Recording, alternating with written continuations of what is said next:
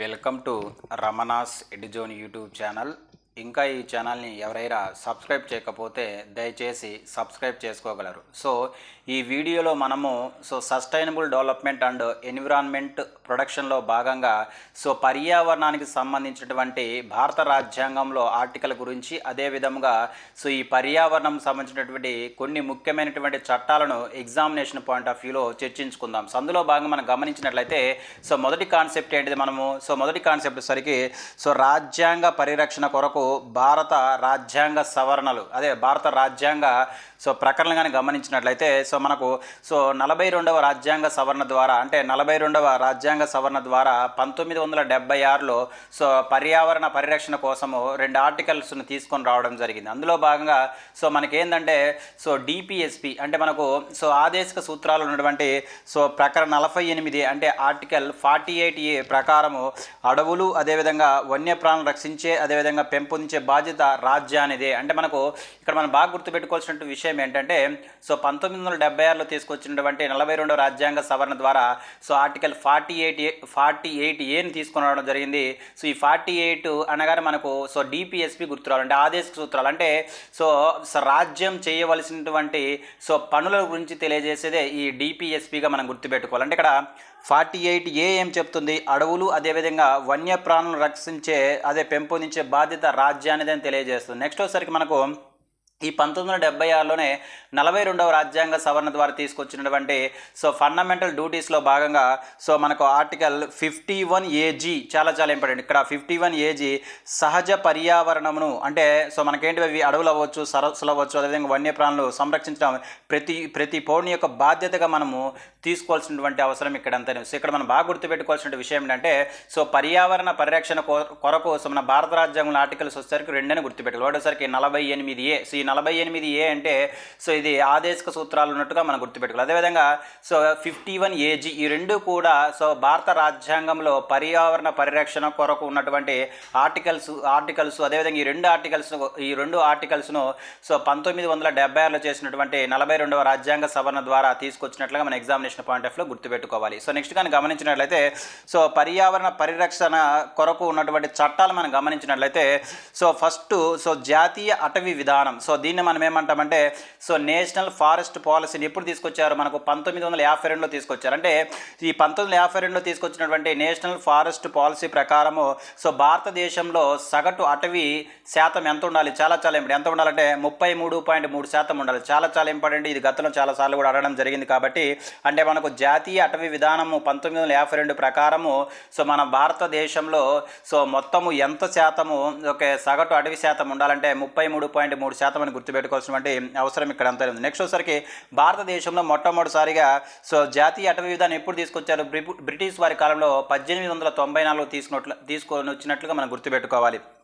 Next ఆ తర్వాత 1952లో అదేవిధంగా 1988లో జాతీయ అటవీ విధానం రూపొందించడం అనేదిగా మనం గుర్తుపెట్టుకోవాలి. అంటే ఇక్కడ మనం బాగా గుర్తుపెట్టుకోవాల్సిన విషయం ఏంటంటే జాతీయ అటవీ విధానాన్ని మొట్టమొదటిసారిగా 1894 చేయగా తర్వాత అంటే మన పీరియడ్ ఎప్పుడు చేశారు, 1952 అదేవిధంగా 1988లో చేసినట్లుగా మనం గుర్తుపెట్టుకోవాలి. ఇది మనకు జాతీయ అటవీ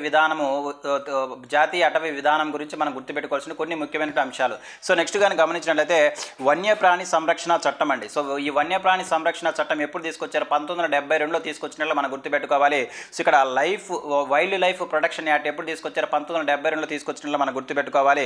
ఇక్కడ వైల్డ్ లైఫ్ అనగా ఏంటి, వైల్డ్ లైఫ్ అనగా మనకేంటిది మొక్కలు అవ్వచ్చు, జంతువులు అవ్వచ్చు, సూక్ష్మజీవులు మరియు అడవులు. దీని ప్రకారం ఈ నోటిఫికేషన్ ద్వారా నేషనల్ పార్కు అభయారణ్యాలను ప్రకటించవచ్చు. అంటే మనం బాగా గుర్తుపెట్టుకోవాల్సిన విషయం ఏంటంటే వైల్డ్ లైఫ్ ప్రొటెక్షన్ యాక్ట్ ఎప్పుడు తీసుకొచ్చారంటే 1972లో తీసుకొచ్చారని గుర్తుపెట్టుకోవాలి. దీంట్లో మొత్తం ఎన్ని షెడ్యూల్స్ ఉన్నాయంటే 4 షెడ్యూల్స్ ఉన్నట్లుగా మన ఎగ్జామినేషన్ పాయింట్ ఆఫ్ వ్యూలో గుర్తుపెట్టుకోవాలి. నెక్స్ట్ యాక్ట్ కానీ గమనించినట్లయితే జల కాలుష్య నివారణ నియంత్రణ చట్టం చాలా ఇంపార్టెంట్. గతంలో గత పరీక్షల్లో మనం బాగా గమనించినట్లయితే డైరెక్ట్గా మనకు చట్టం ఎప్పుడు వచ్చిందని చాలాసార్లు అడగడం జరిగింది. కాబట్టి ఈ ముఖ్యమైన చట్టాలను మనము ఎప్పుడు చేశారు అని మనం గుర్తుపెట్టుకోవాల్సిన అవసరం ఇక్కడ అంతా ఉన్నది. నెక్స్ట్ కానీ గమనించినట్లయితే నెక్స్ట్ చట్టం ఏంటి మనకు జల కాలుష్య నివారణ నియంత్రణ చట్టం, అంటే water pollution prevention and control act ఎప్పుడు తీసుకొచ్చారంటే 1974లో తీసుకొచ్చారు. చాలా చాలా ఇంపార్టెంట్. అంటే మనకు 1972లో మనకు వచ్చింది ఏంటంటే సో వన్యప్రాణి సంరక్షణ చట్టం అని గుర్తుపెట్టుకోవాలి. దీంట్లో మొత్తం 4 షెడ్యూల్ ఉన్నట్లుగా మనం గుర్తుపెట్టుకోవాలి. అదేవిధంగా 1974లో తీసుకొచ్చిన చట్టం ఏంటంటే జల కాలుష్య నివారణ నియంత్రణ చట్టం, అంటే water pollution prevention and control act ఎప్పుడు తీసుకొచ్చారంటే 1974లో తీసుకొచ్చారు. సో దీన్ని ఏ ఉద్యమం ఫలితంగా తీసుకొచ్చారో మనం గతంలో అడగడం. ఏ ఉద్యమం అంటే ఇది సోన్ ఉద్యమం ఫలితంగా తీసుకొచ్చినటువంటి చట్టం. అంటే సోన్ ఉద్యమం ఫలితంగా తీసుకొచ్చిన చట్టం ఏంటంటే మనకు జల కాలుష్య నివారణ మరియు నియంత్రణ చట్టంగా మనం గుర్తుపెట్టుకోవాలి. సో అదేవిధంగా ఈ చట్టం ప్రకారం కేంద్రంలో కేంద్ర కాలుష్య నివారణ బోర్డు, దాన్ని మనం ఏమంటామంటే సిపిసిబి అంటాం, అంటే సెంట్రల్ పొల్యూషన్ కంట్రోల్ బోర్డు. అదేవిధంగా రాష్ట్ర స్థాయిలో so state pollution control board ఏర్పాటైన గుర్తుపెట్టి ఇక్కడ మనము సిపిసిబి అంటే సెంట్రల్ పొల్యూషన్ కంట్రోల్ బోర్డు, అదేవిధంగా రాష్ట్రంలో స్టేట్ పొల్యూషన్ కంట్రోల్ బోర్డు ఏ చట్టం ద్వారా ఏర్పడ్డాయంటే మనకు జల కాలుష్య మరియు నియంత్రణ చట్టం. సో జల కాలుష్య నివారణ మరియు నియంత్రణ చట్టం 1974 ప్రకారం ఏర్పడినట్లుగా మనం గుర్తుపెట్టుకోవాలి. ఈ చట్టం ఏ ఉద్యమం ద్వారా వచ్చింది అంటే సోన్ ఉద్యమం ద్వారా వచ్చినట్లుగా మనం గుర్తుపెట్టుకోవాలి. సో నెక్స్ట్ కానీ గమనించినట్లయితే ఇక్కడ ఈ సిపిసిబి అనేది కేంద్ర ప్రభుత్వానికి, అదేవిధంగా ఎస్పిసిబి అనేది రాష్ట్ర ప్రభుత్వానికి సూచనలు ఇస్తుందని మనం గుర్తుపెట్టుకోవాలి. అయితే ఇక్కడ ఇంకొక పాయింట్ మనం గుర్తుపెట్టుకోవాల్సిన విషయం ఏంటంటే ఈ సెంట్రల్ పొల్యూషన్ కంట్రోల్ బోర్డును ఎప్పుడు ఏర్పాటు చేశారు? 1972లో ఏర్పాటు చేశారని గుర్తుపెట్టుకోవాలి. సో ఇది ఏ మంత్రిత్వ శాఖ కింద పనిచేస్తుందని మనం గుర్తుపెట్టుకోవాలి. ఏ మంత్రిత్వ శాఖ అంటే ministry of environment, forest and climate change కింద ఈ పనిచేసి ఒక స్వయం ప్రతిపత్తి కలిగినటువంటి సంస్థగా మనం గుర్తుపెట్టుకోవాలి అండి, central pollution control board. So next కానీ గమనించలేదు దీన్ని ఎప్పుడు ఏర్పాటు చేశారంటే 1974 సెప్టెంబర్ 22 ఏర్పాటు చేసినట్లు గుర్తుపెట్టుకోవాలి. దీని యొక్క హెడ్ క్వార్టర్ ఎక్కడ ఉందంటే ఢిల్లీ కేంద్రంగా ఉన్నట్లుగా మన ఎగ్జామినేషన్ పాయింట్ ఆఫ్ లో గుర్తుపెట్టుకోవాలి. అయితే ఇది కేంద్ర రాష్ట్ర మరియు కేంద్రపాలిత ప్రాంతాలకు జల మరియు వాయు కాలుష్యానికి సంబంధించినటువంటి సలహాలు సూచనలు ఇస్తుంది. ఏదైతే మనకు సోను ఉద్యమం ద్వారా వచ్చినటువంటి ఈ చట్టం ద్వారా సో సెంట్రల్ పొల్యూషన్ కంట్రోల్ బోర్డును 1974 సెప్టెంబర్ 22న సో ఢిల్లీని హెడ్ క్వార్టర్గా ఏర్పాటు చేయడం జరిగింది.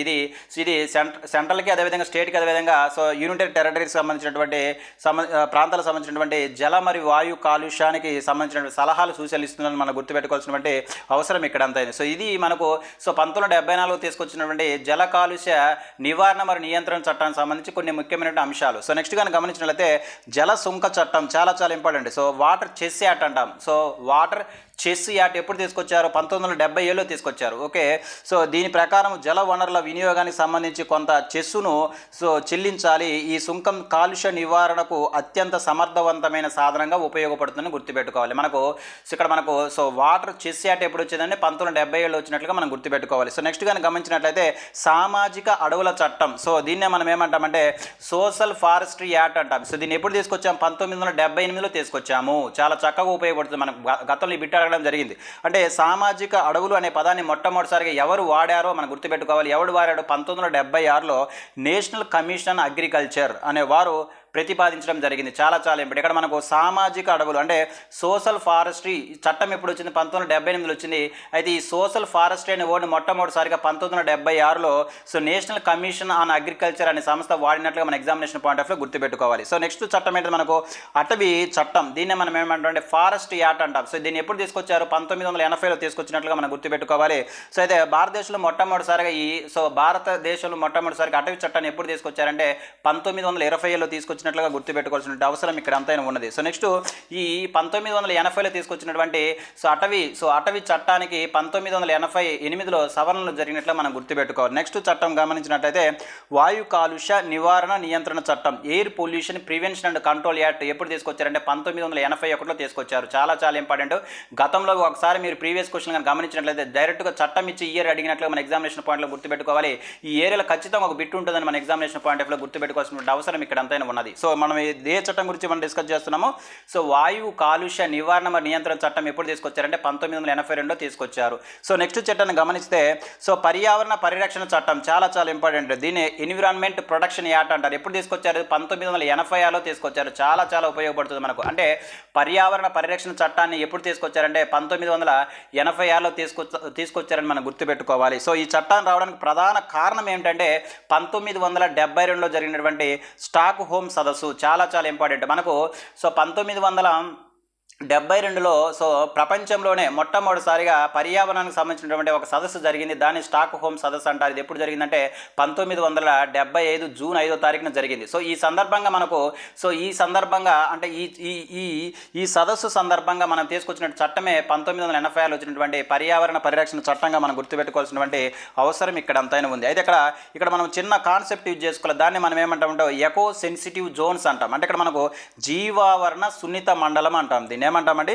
జీవావరణ సున్నిత మండలం అంటాం. ఎకో సెన్సిటివ్ జోన్స్ అంటే వీటిని వీటిని అంటే ఎకో సెన్సిటివ్ జోన్స్ అనేవి ఒక ప్రాంతాలు. వీటిని ఏ చట్టం ద్వారా ప్రకటిస్తారు అంటే 1980లో తీసుకొచ్చినటువంటి పర్యావరణ పరిరక్షణ చట్టం ప్రకారం వీటిని ప్రకటిస్తారని మనం గుర్తుపెట్టుకోవాల్సినటువంటి అవసరం ఇక్కడ అంతైనా ఉంది. అంటే రక్షిత ప్రాంతాల గుండా వాణిజ్యపరమైన వాహనాలు కేవలం రాత్రిపూట మాత్రమే అనుమతించడము, మానవ కార్యకలాపాల పైన అంటే వ్యవసాయం తప్ప మిగతా వాటన్నిటిపైన నియంత్రణ వంటివి కనపడుతుంది. అక్కడ ఏవైతే మనకు ఎకో సెన్సిటివ్ జోన్గా గుర్తించబడతాయో అటువంటి ప్రాంతాల గుండా వాణిజ్యపరమైన వాహనాలు కేవలం రాత్రిపూట మాత్రమే అనుమతిస్తారంట. అదేవిధంగా మానవ కార్యకలాపాలపైన ఎక్సెప్ట్ వ్యవసాయం తప్ప నియంత్రణ వంటివి కూడా కనపడుతుందంట. ఏది ఈ ఎకో సెన్సిటివ్ జోన్గా గుర్తించబడినటువంటి ప్రాంతాలను గుర్తుపెట్టుకోవాలి. ఇది రక్షిత ప్రాంతానికి హానికి కలగకుండా ఒక షాక్ అబ్జర్వ్స్గా ఉపయోగపడతాయి. అంటే ఏవైతే మనకు భవిష్యత్తులో కొన్ని ప్రాంతాలు ముప్పు కలుగుతుందో అటువంటి ప్రాంతాలను మనం ఎలా గుర్తిస్తారంటే ఈ జీవావరణ సున్నిత ప్రాంతాలుగా గుర్తిస్తారని మనం గుర్తుపెట్టుకోవాలి. ఏ చట్టంలో భాగంగా వీటిని గుర్తిస్తారంటే 1980లో తీసుకొచ్చినటువంటి ఎన్విరాన్మెంట్ ప్రొటెక్షన్ యాక్ట్ ప్రకారం గుర్తిస్తారని గుర్తుపెట్టుకోవాలి. నెక్స్ట్ చట్టాన్ని గమనించినట్లయితే జీవ వైవిధ్య చట్టం అంటే చాలా ఇంపార్టెంట్. గతంలో చాలాసార్లు అయినటువంటి చట్టమే ఈ జీవ వైవిధ్య చట్టం. ఈ జీవ వైవిధ్య చట్టం ఎప్పుడు చేశారంటే 2002లో చేశారని గుర్తుపెట్టుకోవాల్సినటువంటి అవసరం ఇక్కడ అంతే. ఇక్కడ మనం జీవ వైవిధ్య చట్టం అనగానే మన సంవత్సరం ఒకటి గుర్తు రావాలండి. ఎప్పుడు చేశారు దీన్ని? 2002లో చేశారు. అదేవిధంగా బయోడైవర్సిటీ డేని ఎప్పుడు జరుపుకుంటారంటే మే 22 అని మనకు గుర్తు రావాలి.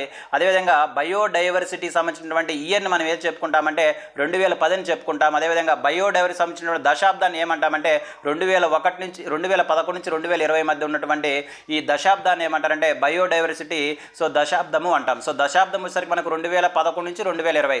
మనం బయోడైవర్సిటీ డేని ఎప్పుడు జరుపుకుంటారంటే మే 22 జరుపుకుంటాం. అదేవిధంగా బయోడైవర్సిటీ యొక్క ఇయర్ ఎప్పుడు అంటే మనకు 2010 గుర్తుపెట్టుకోవాలి.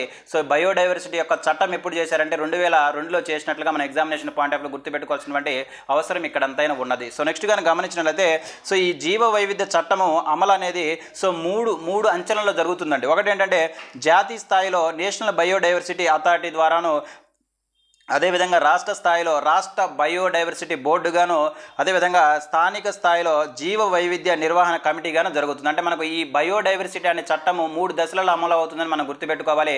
ఒకటి సెంట్రల్లో గమనించినట్లయితే నేషనల్ బయోడైవర్సిటీ అథారిటీ, రాష్ట్ర స్థాయిలో సరికి రాష్ట్ర బయోడైవర్సిటీ బోర్డు, అదేవిధంగా స్థానిక స్థాయిలో జీవ వైవిధ్య నివారణ కమిటీని గుర్తుపెట్టుకోవాలి.